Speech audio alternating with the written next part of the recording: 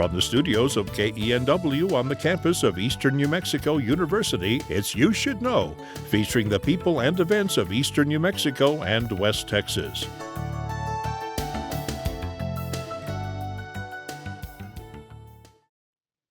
Welcome to You Should Know. I'm your host, Evelyn Ledbetter, and my guest today is Sarah Ortega. Sarah, great to have you here today. Thank you for having me here. For sure. You've interviewed with me once before on some Yes, things ma'am. here about ENMU, so I'm really happy to have you back. It is good to be back. Oh, and we've came up with a connection. Your Nana has actually taught both of my kids in school. Yes, ma'am. So a shout out to Cindy Ortega as well. So let's jump into this. You've had a unique life. Yes, ma'am. Definitely have. So I was just so amazed the first time you came in and how you maneuver and handle things, and you actually have spina bifida, Yes, right? ma'am. And that's something that you were born with, right? Yep. Yes, ma'am.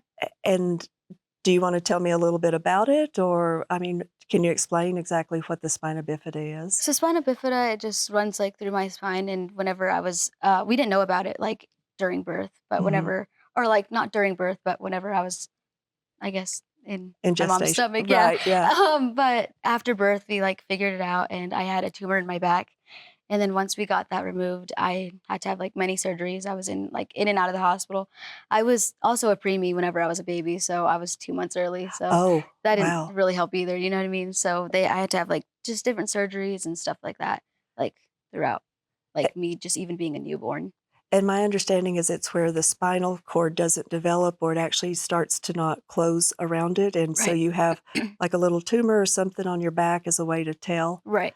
And so that was found when you were born, but you were born, what, 32 weeks? Right. I was born super early. I was supposed to be born in September, and I was born in July. So So it how was. many, like in a NICU unit, I guess, for a while? I was in it for probably. I'm not sure exactly, but I know that I was in the NICU for A long a time. long time. Yeah.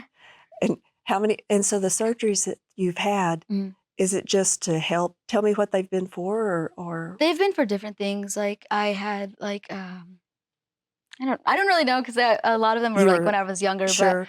one of them was I had a tethered cord. It like ran down like my leg, and so the bottom of my leg kind of felt like needles, if that makes sense. Okay. So whenever I was like probably 11 when I had that was my last surgery that I've had, and they just removed the tethered cord so it wouldn't like be so bad anymore. Okay. But that's the only one that I really like for sure remember, because a lot of them were when I was a baby. Sure. So literally, I thought it was so interesting that when we talked, you said you wouldn't change your life, Right? I wouldn't. you know, Mm. and the reason behind that? I just think that God put me here for a reason. There's different challenges that God puts you through. And I think that because he puts you through those challenges, you're able to help other people as well. Not only you're able to help other people like think, if she could do it, I could do it too. Does that make Right. sense? It does. It does. It's very inspiring when you see others that have more challenges or Right. similar challenges. Mhm. That is a big help. Right. Because the only thing for me is that, I can't walk, but there's other people that have it way worse than I do. You know what I mean? Well, and the cool thing, you've said this truly shaped your life, but it's not something you would go back and change. Right. And I don't know I don't know if that would be the normal answer or not. Probably. I feel like it just depends on the situation. People all go through different challenges, and it just depends on how they go about it. And the family support. Right. that My you- family has supported me a lot through everything, through surgeries, through doctor appointments, through everything. So I feel like having that main support is really good to have whenever you are in these situations. Sure. Trying to go it on your own and with someone that doesn't understand Right. or good to help. Mhm. Tell me like a typical day for you.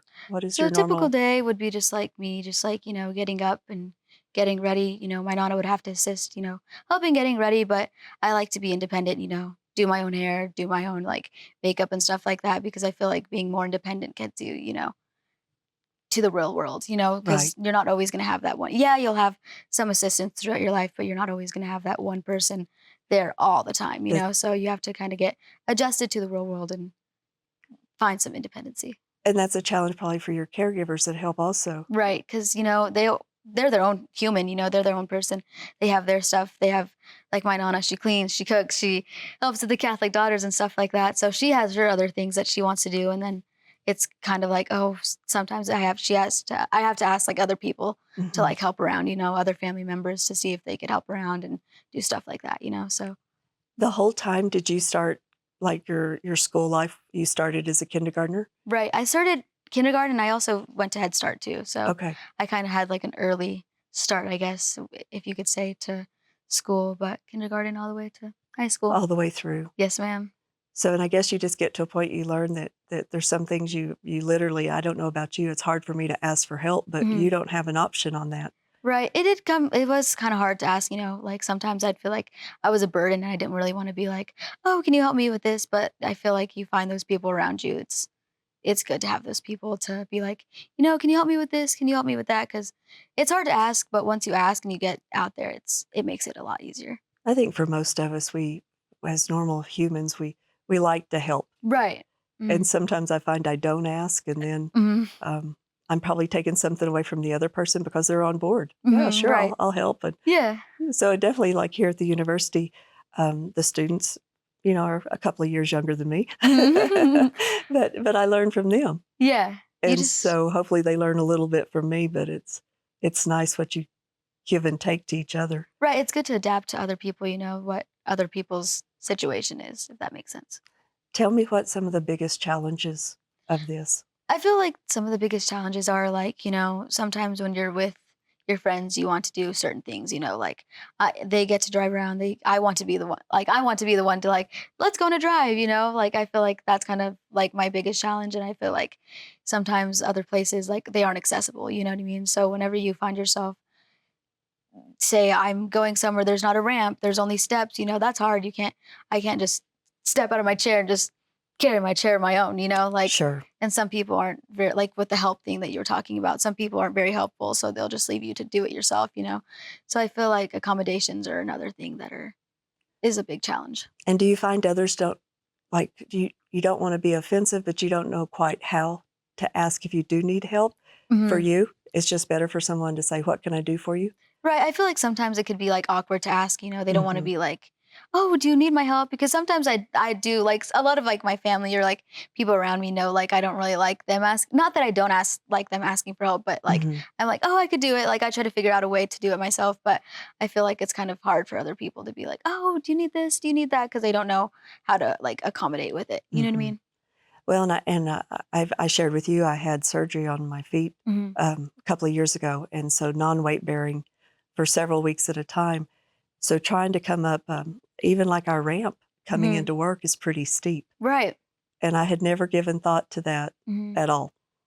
But you find the things that are lacking, and trying to like I had a little knee wheelie that, Mhm. and the one time I fell was literally trying to load that knee wheelie. It was like, Yeah. ah, I wish someone was here to help. And our wind. Right, yeah, our wind is terrible, so sometimes, like, on windy days like that, it's hard to, like, go up the ramp and Mhm. everything because 'cause you're pushing your own self, it's like the wind is against you and everything, so it just makes it, like, hard sometimes, but And just normal things. I could go in a grocery store and basically in my little knee scooter, I had a basket I could put like 3 things. yeah, yeah, And so, and I would just put my crutches by the door. But mhm. how about you? Have you found workarounds and things that make life easier for you? I've kind of adapted to it, you know what I mean? Like, I've tried to make it better out of the situation, just because I can't do certain things, I try to like, well, I'll ask like you said, I'll ask others for help. Like I don't Mhm. really mind asking. I'm just like, do you think like I'm really short too? So like I'm like, do you think you could grab me that? Because I can't reach, you know what I mean? So just Sure. being able to just figure out what you can do, it makes it a lot easier.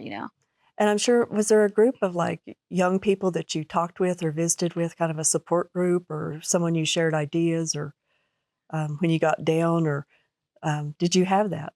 I had a good support group. Some of my friends like have helped me a lot. I've had friends since like kindergarten or even like fourth grade, that have been here and they've been like, do you need this? Do you need that? Even my friends now, I have a couple of friends that I met in college and, Mhm. they're super adaptive. They're like, we could do this. Like, it's not a problem to go this place or this place with your chair. And it, like, say we go to Walmart, they just get my chair down and just like it's normal life. And I feel like, like I've said, like having those people help you around you is really nice. You know what I mean? That's Because cool. it makes it a lot easier. It makes you feel as one with other people, Right. and that's what I like to. I don't like to feel like oh, I'm just this person in a wheelchair. I like to feel like I'm one with people who are like who can walk. You know what I Sure, mean? sure. So the things that you got involved with in high school or in during prior to the university, what were the things you did in elementary and high school that you enjoyed? A lot of the things I did was I like managing. I managed for baseball and I managed for basketball my freshman year. I managed for baseball my sophomore and junior year, Hmm. and I feel like that was super fun. It got you to be more like adaptive and be more social with others, and I feel like it helped too a lot because other people could see, man, if she could do it too, like I could do it as well. You know what I Right. mean? So I feel like managing and just going to different like basketball games, different things to get me out there and just Sure. have fun. You know what I Well, mean? you were part of the team. Yes, right. I mean, truly, I mean, you always, every time I've seen you, I've never seen you without a smile on your face.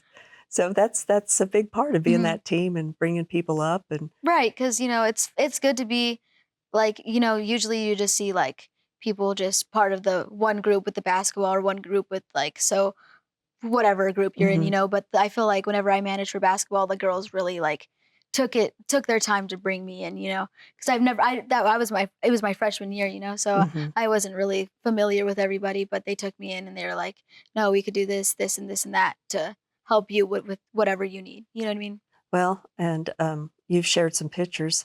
You were homecoming queen, Yes, I was homecoming queen my senior year, and it was super fun to be able to be like a part of that. and that was for basketball, right? The It was basketball, for football. football homecoming. Football homecoming queen, and it was just really fun to, I was like nervous because I was like, oh, because I was running up against super like popular girls, so I was like, oh, I don't know if like I'll win, but either way, like at least I got to like be part of the court, you know what I mean? hmm And then whenever they announced that I won, I was like, "Oh my gosh."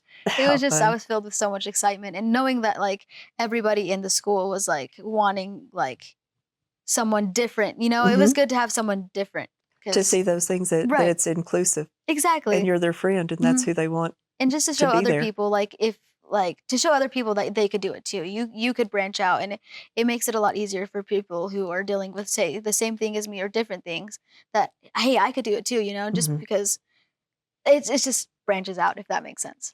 And you have a large family, right? A very large, Yeah, I have a lots of huge cousins family, and lots of cousins, aunts, uncles. lots of folks here in town and Yes, ma'am. different ones. Do you ever want to leave here? Yeah, probably. I feel like it would be sad with, like, my family members and everything because we are super close, hmm but this is such a small town, and it's just the same, everyone knows you, so it kinda makes it hard because you never get to, like, do anything. It's good, though, because you have that people like, those people around you to be like, "Oh, yeah, I know you from my grandma or my grandpa," but I'm just like, But that's not me. Yeah, I'm not that type. I'm that type of person, but then sometimes, I don't know, this town is just so small and it's just boring, I want to venture out there. Well, and there's probably things other places that might be a little more accommodating, and Right. um, I know for us, at least the university accommodates pretty well, but there's still Mhm, things that are lacking, mhm. and I'm sure even around town and things like that. Yeah, even around town, just like Walmart or whatever, it's not really accommodated. I feel like maybe living in a bigger city, it'd be a lot of Maybe. help, but you never know because some places, it just depends on where you go, you know what I mean? Sure, sure. And so you, when you decided to go ahead and come to college, Mhm. what did you settle into? I was nervous at first coming into a new school, new Mhm. people that I hadn't grown up with all Right. my life. I was used to the people that I grew up with, but coming here, it really helped. And I feel like it was a lot more like with you saying accommodations, I feel like it helped so much more, through like schools. It wasn't very accommodated, but as soon as I came here, like thankfully, like Ray and Linda were like, look, what do you need? Like, what can we do for you to make it more accommodated? And I feel like them coming out to me instead of me like saying, coming out to them and being like, "Oh, well, I need this and that," like, it helped a lot for them to, like, come to me. Does that make sense? It does. And you referred this is Ray Koss, right? Right, right. And then Linda almost, Ramos. and they're part of campus life, Right, right? and they're, like, my bosses, so and this is my first job too, so being able to have them as, like, kind of a support people, it was really nice to have because new school, you know what I mean? It's kinda hard to be around new people for me, Sure. so So you came into working with them through work study? right. Is that how that started? Mhm. And you want to give a shout out to two of your best friends here on campus? Nayeli and Serena. That's fun. They're my two best friends.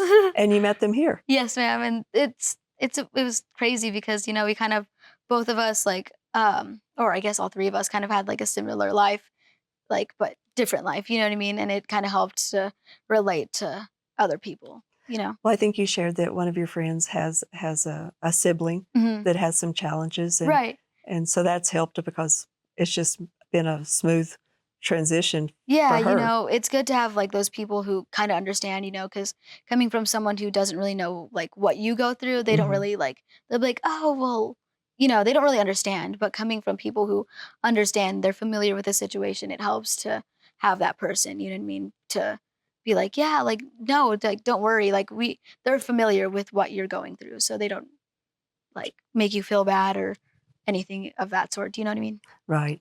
So tell me about this. Let's go into healthcare, Hmm. and that is a big issue in a small area. You Hmm. don't have the specialist and people like that.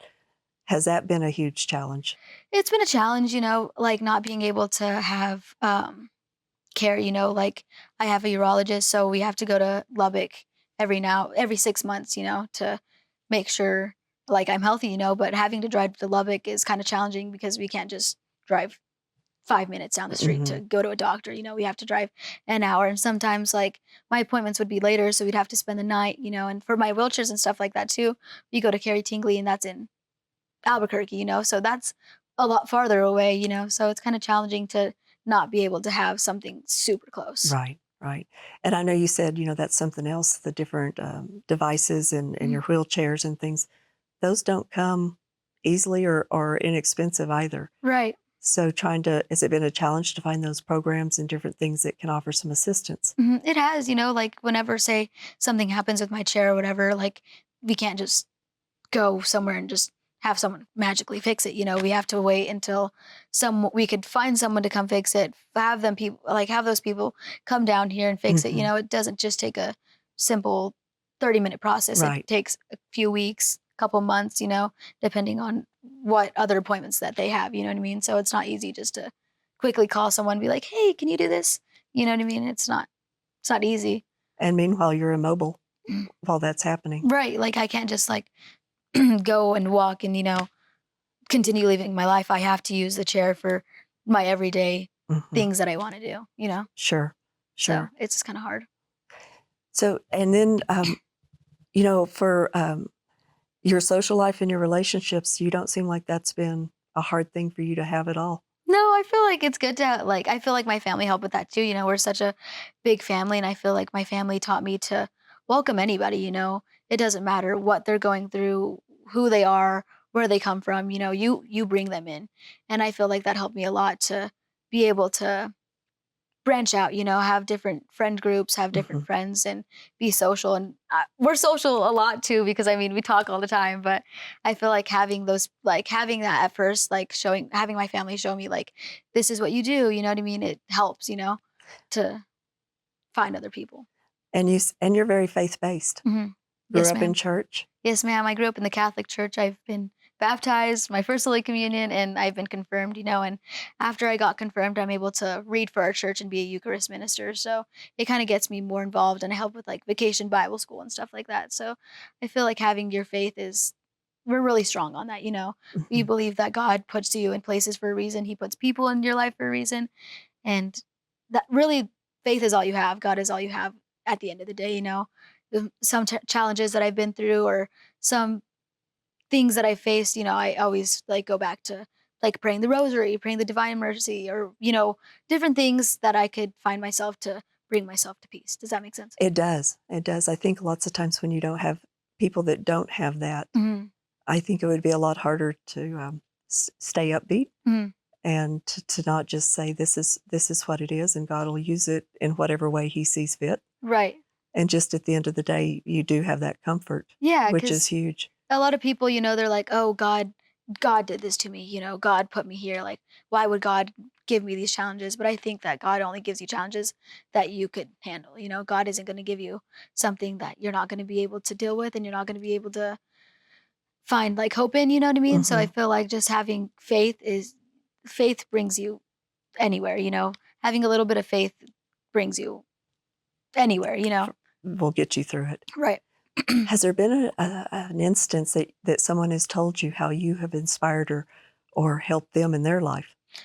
Sometimes like whenever I remember in physical therapy, like or even through like school, some people I remember this one girl, she would like she had a walker, and Hmm. I'd help her like you could do it, like you if I can do it, you could do it, and she'd come to me and be like, "Thank you, like thank you for helping us out." Or sometimes like people who would be like in special ed or whatnot, like they'd be like, "Can you help him with this? Can you help him with that?" And like I feel like trying to be that inspiration for them, it could be really helpful because being in this situation and seeing that you're different from other people, it's kind of hard, it's kind of hard to see all these people could do this, but you're lacking this or whatnot, it's hard, but just being that inspiration to someone and being like, you can do it. It's Hmm. it's really helpful, because I've even people who walk, have been inspirations to me to help and be like, you can do this, you can do this, you can do that.